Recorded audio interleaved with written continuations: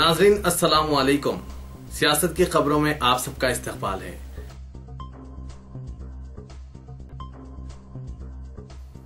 شیو سینا نے آج ایک نیا تنازع پیدا کرتے ہوئے مطالبہ کیا کہ مسلمانوں کو حق رائے دہی سے محروم کر دیا جائے، کیونکہ مسلم طبقہ اکثر ووٹ بینک سیاست کا کھیل کھیلا کرتا ہے۔ سینا نے ایک مسلم جماعت اور اس کے قائد دو بھائیوں کا زہریلی سانپوں سے تقابل کیا جو اقلیتی طبقے کا استحصال کرنے کے لیے زہر اگلا کرتے ہیں۔ شیو سینا کے ترجمان مراٹھی روزنامہ سامنا کے اداریے میں یہ لکھا گیا ہے کہ مسلمانوں کے ساتھ ناانصافی کے خلاف جدوجہد کے نام پر ووٹ بینک سیاست کا کھلواڑ کیا جا رہا ہے۔ ان مسلمانوں کی تعلیم و صحت کے موقف کا سیاسی استعمال کیا جا رہا ہے۔ ایسا ہی سیاسی کھلواڑ کبھی کانگریس نے کیا تھا اور اب ایسا ہر شخص خود کو سیکولر قرار دے رہا ہے۔ سامنا نے اپنے اداریے میں مزید لکھا کہ اگر مسلمان صرف اس انداز میں ہی سیاسی کھلواڑ کرتے رہیں گے تو وہ کبھی ترقی نہیں کر سکیں گے۔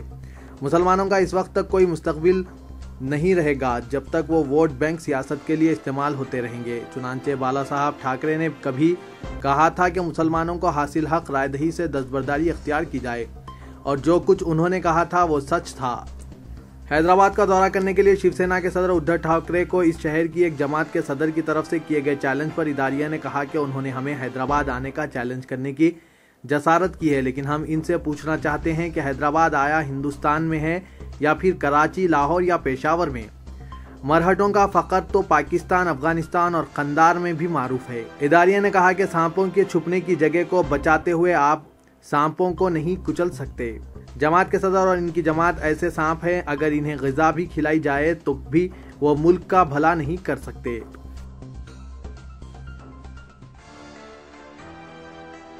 آلیئر میں پیش آئے 5 مسلم نوجوانوں کے فرضی انکاؤنٹر کے خلاف تحریک مسلم شبان کے زیر اہتمام اردو گھر مغل پورے میں منعقدہ کل جماعتی احتجاجی جلسے عام سے صدارتی خطاب کے دوران صدر تحریک مسلم شبان جناب محمد مشتاق ملک نے مذکورہ واقعے کی جامع تحقیقات اور قاتی پولیس عہدیداروں کو کیفر کردار تک پہنچانے تک حکومت تلنگانہ کے خلاف عوام میں شعور بیداری مہم کے ساتھ اپنا احتجاج جاری رکھنے کا انتباہ دیا۔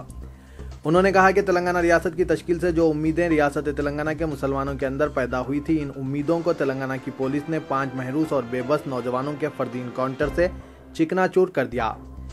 جناب محمد مشتاق ملک نے 8 اپریل کو پیش آئے آلیئر فرضی انکاؤنٹر پر ریاستی انتظامیہ کے ذمہ داران حکمران جماعت کے نام نہاد سیکولر قائدین کی اب تک کی خاموشی کو بھی قابل مذمت قرار دیتے ہوئے افسوس کا اظہار کیا۔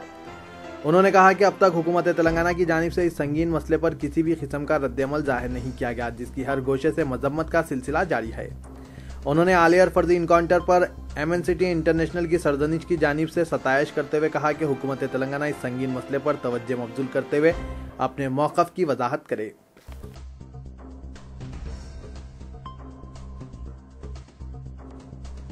آلیئر میں وقار احمد اور ان کے ساتھیوں کے مبینہ فرضی انکاؤنٹر کی سی بی آئی کے ذریعے تحقیقات کروانے کے مطالبے کو عملاً مسترد کرتے ہوئے چیف منسٹر تلنگانہ کے چندرشیکھر راؤ نے اس واقعے کی صرف ایک خصوصی تحقیقاتی ٹیم کے ذریعے تحقیقات کروانے کا فیصلہ کیا ہے۔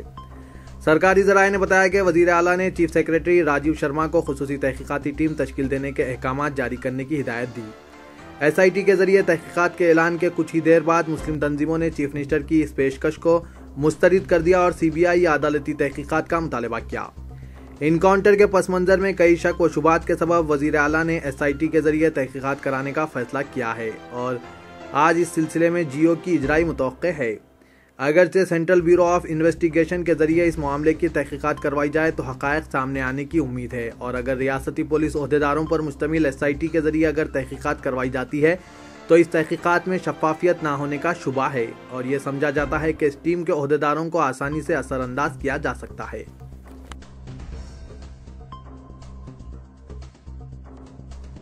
مسلم تنظیموں کے ذمہ داران نے وزیر اعلیٰ کے چندرشیکھر راؤ کی جانب سے نلگنڈے میں فرضی انکاؤنٹر معاملے کی ایس آئی ٹی تحقیقات کے اعلان کو مسترد کر دیا۔ وحدت اسلامی کی جانب سے عیدگاہ اجالہ شاہ میں منعقدہ جلسے عام کے دوران مسلم تنظیموں کے ذمہ داران و جلسے میں موجود سامعین نے ایس آئی ٹی کی تشکیل کے اعلان کو مسترد کر کے سب سے پہلے ان نوجوانوں کے سفاکانہ قتل میں ملوث عہدیداروں کو معطل کرنے اور تحقیقات کا آغاز کرنے کا مطالبہ کیا۔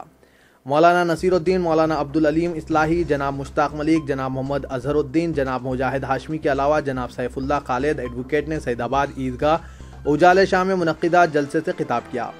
مولانا نصیر الدین نے کہا کہ ملت اسلامیہ میں اجتماعیت کا فروغ بے انتہا ضروری ہے۔ انہوں نے بتایا کہ مسلم نوجوانوں کو بیدار کر کے ان میں پھیل رہی برائیوں کو دور کرنے اور انہیں اللہ کے راستے پر چلنے کی ترغیب دینے کی ضرورت ہے۔ مولانا نصیر الدین نے بتایا کہ یہ حالات نئے نہیں ہیں بلکہ ہر دور میں نوجوانوں کو نشانہ بنا کر پولیس نے حوصلے پست کرنے کی کوشش کی ہے۔ انہوں نے پولیس انکاؤنٹر میں مارے گئے نوجوانوں کو شہید قرار دیتے ہوئے کہا کہ سابق میں سردار فصیح الدین، رفیع الدین، محمود علی، اعظم عزیز، اعظم غوری اور مجاہد سلیم اصلاحی کی پولیس فائرنگ میں اموات اس بات کی دلیل ہے کہ پولیس نے ہر دور میں نوجوانوں کو نشانہ بنایا ہے۔ انہوں نے کوشش کر کے اللہ سے مدد و نصرت مانگنے کی تلقین کی۔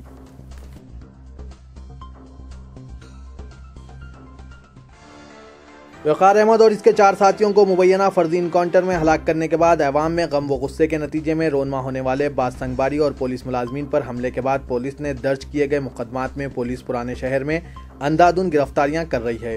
ذرائع نے بتایا کہ پولیس محمد عادل عرف چور عادل کو سنگباری کے واقعات میں مبینہ ملوث ہونے کے سبب اس کی تلاش شروع کر دی ہے۔ بتایا جاتا ہے کہ عادل کی نشاندہی پولیس کی جانب سے خفیہ ویڈیوگرافی اور مقامی مخبروں کی مدد سے فراہم کردہ اطلاعات پر کی گئی ہے۔ ٹاسک فورس اور ساؤتھ زون کی خصوصی ٹیم نے علاقے چندان گٹا، بھوانی نگر، تالاب کٹا، نشیمن نگر اور دیگر علاقوں سے کئی نوجوانوں کو حراست میں لے لیا ہے اور انہیں نامعلوم مقامات پر محروس رکھا گیا ہے۔ پولیس نے سنگباری کے واقعے سے متعلق 11 مقدمات درج کیے ہیں اور اب تک کسی بھی نوجوان کی گرفتاری کا اعلان نہیں کیا گیا۔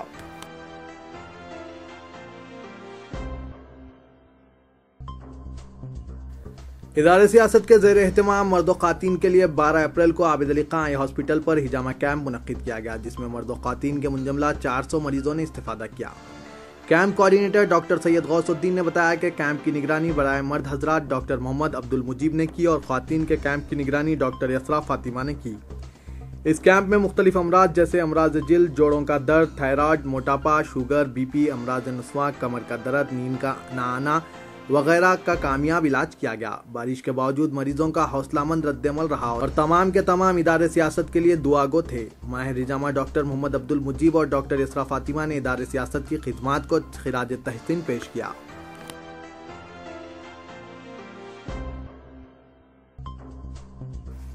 پرانے شہر کے تاریخی علاقے چار مینار کی شمالی سمت بنڈی کا اڈا چیلاپورا کے پاس کھدائی کے دوران سرنگ کا پتہ چلا ہے۔ سمجھا جاتا ہے کہ یہ سرنگ قطب شاہی دور میں تعمیر کی گئی تھی۔ اس سرنگ کے ذریعے راستہ گولکنڈے تک جاتا ہے۔ اس کی اطلاع پولیس کو دی گئی اور پھر محکمہ آثار قدیمہ وہاں پہنچ گئے اور مزید کھدوائی کے ذریعے حقیقت کا پتہ چلانے میں جٹ گئے۔ عام طور پر یہ خیال ہے کہ قطب شاہی بادشاہ گولکنڈے سے اسی سرنگ کے ذریعے چار مینار پہنچتے تھے۔ یہ بھی قیاس ہے کہ قطب شاہی دور کی فوج اور عہدیدار بھی اسے استعمال کرتے تھے۔ چند سال قبل چیلاپورا میں کھدائی کے دوران ایک بڑے حوض اور سرنگ دستیاب ہونے کا دعویٰ کیا گیا تھا۔ محکمہ آثار قدیمہ نے چند دن تحقیق کے بعد اپنی کارروائی کو بند کر دیا تھا۔ جیسے ہی سرنگ کا پتہ چلا، مقامی افراد کی کثیر تعداد وہاں جمع ہو گئی اور ان میں تجسس دیکھا گیا کہ آیا یہ سرنگ کا راستہ کہاں تک پہنچ سکتا ہے۔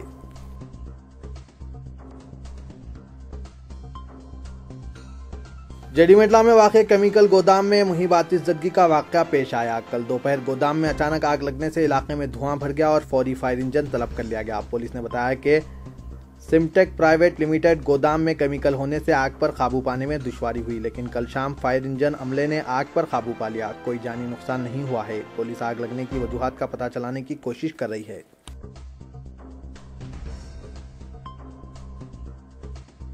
آؤٹر رنگ روڈ پر کل ایک اسپورٹس کار میں اچانک آگ لگ گئی، تاہم اس حادثے میں کوئی جانی نقصان نہیں ہوا۔ پولیس کے مطابق سافٹ ویئر انجینئر روی کمار ساکن شیخ پیٹ کل صبح اپنی اسپورٹس کار میں لنگر ہاؤس سے شمشاباد ایئرپورٹ کی طرف آؤٹر رنگ روڈ پر جا رہا تھا۔ گاڑی 150 تا 200 کلو فی گھنٹہ کی رفتار سے دوڑ رہی تھی کہ آؤٹر رنگ روڈ پر حمایت ساگر کے قریب گاڑی کا توازن بگڑ گیا، جس کے نتیجے میں وہ ڈیوائیڈر سے ٹکرا گئی۔ حادثے میں گاڑی چلانے والا شخص کرشماتی طور پر محفوظ رہ گیا اور وہ کسی طرح کار سے باہر نکلنے میں کامیاب ہوا۔ اس کار سے نکلنے کے چند ہی منٹ بعد کار میں اچانک آگ لگ گئی۔ اس بات کی اطلاع پولیس کو دی گئی۔ ٹریفک پولیس کا عملہ فوری وہاں پہنچ گیا اور فائر بریگیڈ کو طلب کر کے آگ پر قابو پا لیا، تاہم کار مکمل طور پر جل کر خاکستر ہو گئی۔ اس مصروف ترین سڑک پر حادثات کے بعد ٹریفک کے نظام میں خلل پڑا۔ حادثے میں زخمی روی کمار کو علاج کے لیے خانگی ہاسپٹل منتقل کر دیا گیا۔ تو یہ تھا آج کا خبرنامہ۔ دیجیے اجازت، اللہ حافظ۔